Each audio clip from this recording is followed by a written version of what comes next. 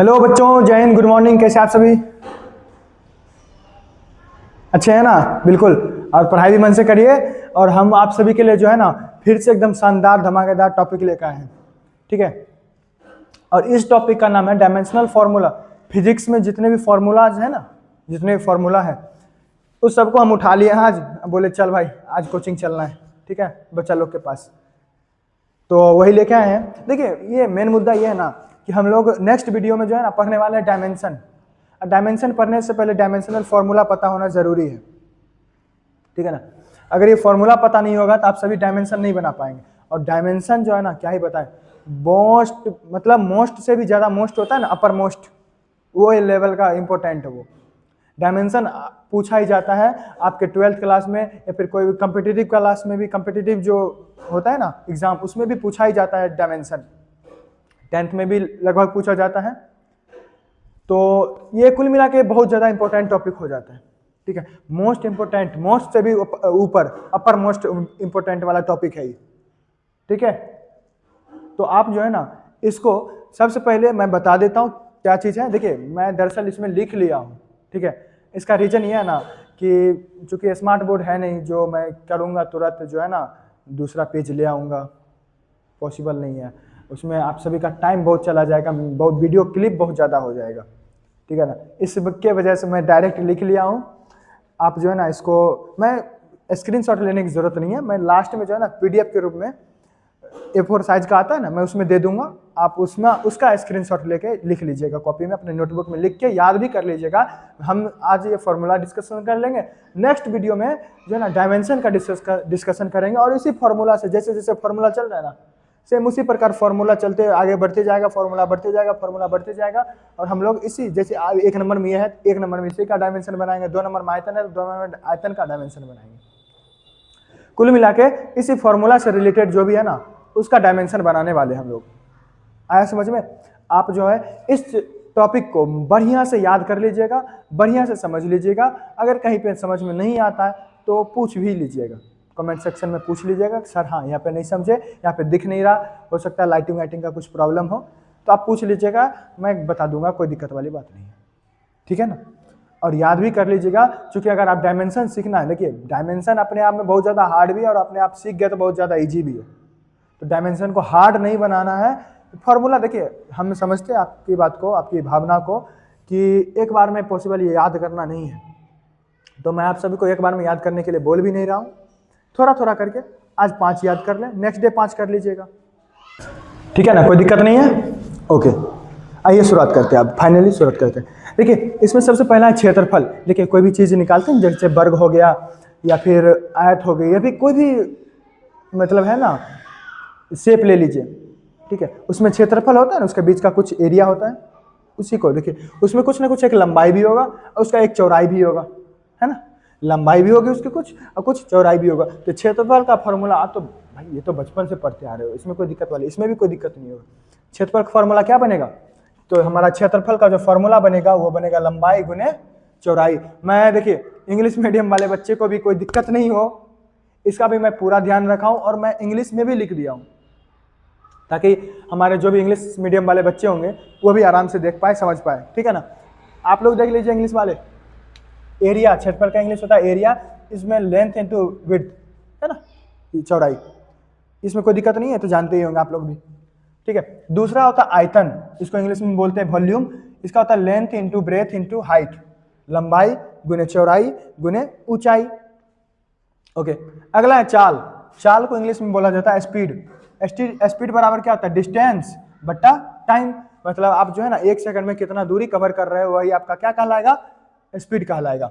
अब देखिए ये दोनों सेम ही है, हालांकि फिर भी मैं इसको अलग कर दिया हूँ। देखिए, वेग का इंग्लिश होता है वेलोसिटी। वेग का इंग्लिश क्या होता है? वेलोसिटी।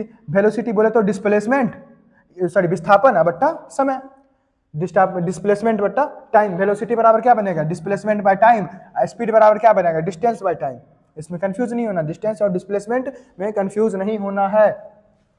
ठीक है ना? Displacement by time. अगला देखिए बल। अगला क्या है? फोर्स। बल आप सभी को पता होगा, बल बराबर क्या होता है? द्रव्यमान गुने त्वरण, इसको बोलते हैं force. Mass into acceleration, mass into acceleration, mass into acceleration equals to force. Next है अपना संवेग। संवेग बराबर द्रव्यमान गुने वेग। अगर इसको मैं इंग्लिश में बोलूं तो momentum equals to mass into velocity. Momentum equals to mass into velocity. मैं हालांकि इसको लिख लिया हूं सभी को, बिकॉज जो है ना हम ये बार बार बहुत ज़्यादा वीडियो क्लिप बन जाएगा, ठीक है ना। स्मार्ट बोर्ड नहीं है कि सबको जो है ना मैं पीपीटी लगा के करते चला जाऊँ, तो इसलिए बस I hope you can understand, ठीक है ना। आइए देखते हैं। बस आप लोगों से उम्मीद है कि आप थोड़ा सा साथ दे देंगे, तो एक टाइम आएगा जब मैं आप सभी को स्मार्ट बोर्ड पे नज़र आऊँगा, ठीक है, उस पर पढ़ाता हुआ नज़र आऊँगा। बस आप लोगों को थोड़ा सा सपोर्ट की ज़रूरत है, जो पता नहीं आप लोग देख लीजिएगा। आइए देखते हैं। आवेग, इसको बोला था इम्पल्स। आवेग, आवेग को बोला जाता है इम्पल्स। इसका जो फॉर्मूला बनता है ना, फोर्स इंटू टाइम बनता है। क्या बनता है? फोर्स इंटू टाइम, यानी कि बोले तो बल गुने समय, फोर्स इंटू टाइम। देखिए, कार्य या ऊर्जा, कार्य का इंग्लिश होता है वर्क, ऊर्जा का इंग्लिश होता है एनर्जी। तो वर्क या एनर्जी का फॉर्मूला जो बनेगा ना, फोर्स इंटू डिस्टेंस या डिस्प्लेसमेंट, जो बोलना है बोल लीजिए। क्या बनेगा? कार्य ऊर्जा बराबर बल गुना दूरी या विस्थापन। बल गुना दूरी या विस्थापन। अगला जो है ना अपना अगला वो है त्वरण, एक्सक्लेरेशन। एक्सक्लेरेशन क्या है? वेग, वेग में ये सॉरी त्वरण। त्वरण क्या है? वेग में परिवर्तन। मतलब आप उसका पहले वेग कितना था, अब वेग घटा है या बढ़ा है, मतलब वही जब डिफरेंस निकालेंगे ना, वेग में जो अंतर निकालेंगे और उसको जब समय से भाग दे देंगे, वही अपना बनेगा त्वरण। मतलब चेंज इन वेलोसिटी, ये जो त्रिभुज दिखा है ना आपको, ये दिखाता है चेंज इन, चेंज का साइन है ये, ठीक है। चेंज इन वेलोसिटी बटा time, change in velocity upon time, ठीक है। त्वरण एक्सेलरेशन, वेग में परिवर्तन बटा समय। अब देखिए घनत्व, डेंसिटी। डेंसिटी क्या होता है? घनत्व, द्रव्यमान इंटू आयतन। मतलब किसी पर जो है ना, किसी एक समझ लीजिए पदार्थ में कितना आप उसमें अटा देंगे वो सामान को, वही उसका क्या कहलाएगा?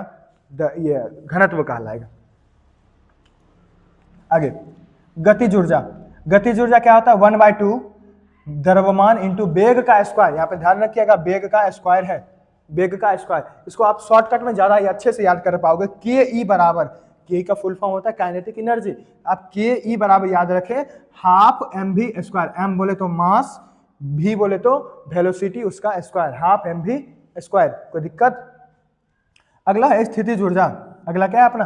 स्थितिज ऊर्जा। इसका फॉर्मूला होता है द्रव्यमान गुने गुरुत्वीय त्वरण गुने दूरी। इंग्लिश में बोले पीई, पोटेंशियल एनर्जी। पीई बराबर mgh। m बोले तो मास, g बोले तो क्या? ग्रेविटेशनल एक्सक्लेरेशन, h बोले तो हाइट बोल लीजिए या दूरी बोल लीजिए। बात देखिए। शक्ति, शक्ति का इंग्लिश सबको पता है पावर।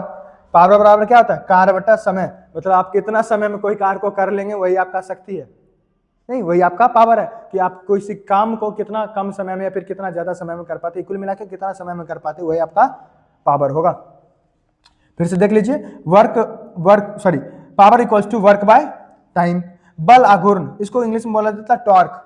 बल आघूर्ण इसको इंग्लिश में क्या बोला जाता है? टॉर्क। इसका जो फॉर्मूला होता है ना, इसका फॉर्मूला होता है फोर्स इंटू डिस्टेंस। इसका फॉर्मूला क्या होता है? बल गुना दूरी, फोर्स इंटू डिस्टेंस। दाब, दाब बोलिए या प्रतिबल बोल लीजिए, स्ट्रेस बोल लीजिए या प्रेशर बोल लीजिए, दोनों एक ही चीज है। स्ट्रेस बोल लीजिए या प्रेशर बोल लीजिए, दोनों का फॉर्मूला एक ही होगा, बल फोर्स बट्टा क्षेत्रफल अपॉन एरिया, यानी कि फोर्स बाय एरिया। किसका फॉर्मूला बनेगा? प्रेशर का या फिर स्ट्रेस का, ठीक है। अभी कुछ फॉर्मूले और हैं, वो भी मैं ले लेता हूं, ठीक है ना। तो अभी हमने लगभग जो है ना कि 15 फॉर्मूला देख लिए हैं। अब अगला फॉर्मूला चलते हैं हम अपने अगले फॉर्मूला की ओर, ठीक है। आप सभी को इसको याद कर लेना, फिर से मैं बोल रहा हूँ, आप सभी को इसको याद कर लेना। मैं नेक्स्ट वीडियो में डायमेंशन लेके आऊँगा, उसके लिए आपको ये याद रहना जरूरी है, ठीक है। मैं फॉर्मूला हालांकि लिखूंगा उस टाइम भी, लेकिन याद रहेगा तो ज़्यादा क्लैरिटी मिलेगा, ज़्यादा समझ में आएगा। ओके, आइए देखते हैं अपने अगले फॉर्मूला को। अगला फॉर्मूला है एंगल। एंगल पढ़ाएंगे, ठीक है। एंगल, इसका फॉर्मूला होता है arc by radius. Arc by radius यानी कि बोले तो चाप बट्टा त्रिज्या, इसका क्या होता है? एंगल होता है। आवृत्ति, आवृत्ति को इंग्लिश में बोला जाता है फ्रीक्वेंसी। आवृत्ति को इंग्लिश में क्या बोला जाता है? आवृत्ति। आवृत्ति क्या होता है? मतलब आप कंपन कर रहे हो ना, थरथरा रहा है कोई चीज, है ना, थरथराना समझते हो ना, हाँ, कंपन करना, वही कितना समय में कितना कंपन कर रहा है, वही इसका क्या कहलाएगा? आवृत्ति कहलाएगा। मतलब कंपन, वाइब्रेशन बट्टा टाइम, वाइब्रेशन बट्टा टाइम, वाइब्रेशन अपॉन टाइम हो जाएगा क्या, फ्रीक्वेंसी का फॉर्मूला। एंगुलर वेलोसिटी, कोणीय वेग, एंगुलर वेलोसिटी, कोणीय वेग को इंग्लिश में बोलते हैं एंगुलर वेलोसिटी, इसका फॉर्मूला बनता है angle by time, angle upon time, angle upon time, ये याद रखिएगा। कोणीय संवेग इंग्लिश में बोला जाता है एंगुलर मोमेंटम, इसको इंग्लिश में क्या बोला जाता है, एंगुलर मोमेंटम, इसका फॉर्मूला होता है momentum upon distance, momentum upon distance, संवेग बटा दूरी। गुरुत्वाकर्षण नियतांक, इसको कहा जाता है इंग्लिश में ग्रेविटेशनल कांस्टेंट। मैं दोनों बच्चे के लिए, इंग्लिश हिंदी दोनों बच्चे के लिए लिख दिया हूँ भाई, थोड़ा सा मेहनत लग गया, बट कोई ना, आप लोग को आसानी होगा, इतना ही काफ़ी है मेरे लिए। आज ये देखिए ग्रेविटेशनल कांस्टेंट, इसका फॉर्मूला बनता है फोर्स इंटू डिस्टेंस का स्क्वायर बट्टा मास का स्क्वायर, फोर्स इंटू डिस्टेंस का स्क्वायर अपॉन मास का स्क्वायर, या फिर बोले तो बल गुने दूरी बट्टा द्रव्यमान का स्क्वायर। यहाँ पर ध्यान रखना दोनों जगह पे स्क्वायर है, यहाँ पर भी ध्यान रखिएगा दोनों जगह पे स्क्वायर है, ठीक है। पृष्ठ तनाव, इसका इंग्लिश में बोलते हैं सरफेस टेंशन, पृष्ठ तनाव क्लास 10th में पढ़े होंगे, वर्षा के बूंद का गोलाकार होना, किसके कारण, पृष्ठ तनाव के कारण, मतलब हर एक वस्तु जो है ना अपना छोटा छोटा आकृति बना के रखना चाहता है, इसी को बोलते हैं पृष्ठ तनाव। अच्छा देखो पृष्ठ तनाव का क्या होता है, बल अपॉन लेंथ, यानी कि फोर्स अपॉन का लेंथ, बल बट्टा लंबाई, बल बट्टा लंबाई, सरफेस टेंशन। चार्ज का फॉर्मूला क्लास 10th में 1000 दफा पढ़ रखे होगे, धारा इंटू समय, धारा इंटू समय, करंट इंटू टाइम, पढ़ रखे हो कि नहीं। अब जो हमारा अगला फॉर्मूला है वो है विभवांतर, दो विभवों के बीच का अंतर होता है विभवांतर, पढ़े होंगे क्लास 10th में, है ना। इसको हम शॉर्टकट में लिख दे पोटेंशियल डिफरेंस, ठीक है। इसका फॉर्मूला होता है work by charge, work upon charge, Hindi में बोले तो कार्य बट्टा आवेश, ठीक है। दूसरा जो हमारा फॉर्मूला बनता है अगला, वो बनता है प्रतिरोध, प्रतिरोध के इंग्लिश में क्या बोला जाता है, रेसिस्टेंस, प्रतिरोध बराबर होता है विभवांतर बट्टा धारा, रेसिस्टेंस इक्वल्स टू पीडी यानी कि पोटेंशियल डिफरेंस बट्टा करंट अपॉन करंट, ठीक है। धारिता, धारिता कैपेसिटी समझते हैं ना, कैपेसिटी, हाँ वही, धारिता बराबर क्या बनेगा, आवेश बट्टा का विभवांतर, है ना, चार्ज अपॉन पोटेंशियल डिफरेंस। अगला है हमारा विद्युत क्षेत्र, इसको मैं शॉर्टकट में लिखा हूं इलेक्ट्रिक फील्ड, इलेक्ट्रिक फील्ड, विद्युत बल, इलेक्ट्रिक फोर्स अपॉन चार्ज, विद्युत बल बट्टा आवेश, देखिए इलेक्ट्रिक फोर्स अपॉन चार्ज, विद्युत बल बट्टा आवेश, यह विद्युत क्षेत्र इलेक्ट्रिक फील्ड। अगला है हमारा धारा घनत्व, धारा घनत्व, इसका जो फॉर्मूला है, इसका फॉर्मूला है विद्युत धारा यानी कि करंट बटा क्षेत्रफल, इंग्लिश में बोले तो current density equals to current by area, current बटा एरिया, करंट अपॉन एरिया। अगला है हमारा चुंबकीय क्षेत्र, चुंबकीय क्षेत्र को जो है ना इंग्लिश में बोला जाता है मैग्नेटिक फील्ड, ठीक है, क्या बोला जाता है, मैग्नेटिक फील्ड। इसका जो फॉर्मूला बनता है ना बल बट्टा धारा गुने लंबाई, अगर इंग्लिश में बोले मैग्नेटिक फील्ड का force upon current into length, force upon current into length, ये एल है, ठीक है ना, ध्यान से, force upon current into length हो जाएगा, ठीक है। आप सभी जो है ना, ठीक है ना, आप सभी इसको याद कर लीजिएगा और साथ ही साथ कल डायमेंशन के लिए रेडी रहिएगा, ठीक है, जरूर से जरूर जितना ही होगा, वैसे तो हम लिखा दिए 28 के आसपास, ठीक है ना, आप सभी इसमें कम से कम 10 भी याद कर लेंगे ना तो बहुत बढ़िया काम हो जाएगा, ठीक है ना, बहुत बढ़िया से समझ में आएगा। देखिए मैं लिखूंगा फॉर्मूला, लेकिन अगर आप याद रखेंगे तो आपको ज़्यादा बढ़िया से समझ में आएगा। क्लियर है इस बात को, हाँ। कल आप सभी जो है ना कम से कम 10 फॉर्मूला, ज़्यादा नहीं बोल रहा हूँ मैं कि एक ही बार में जो है ना पहाड़ उठा के रख लो शरीर पे, ऐसा कोई वाली बात नहीं है।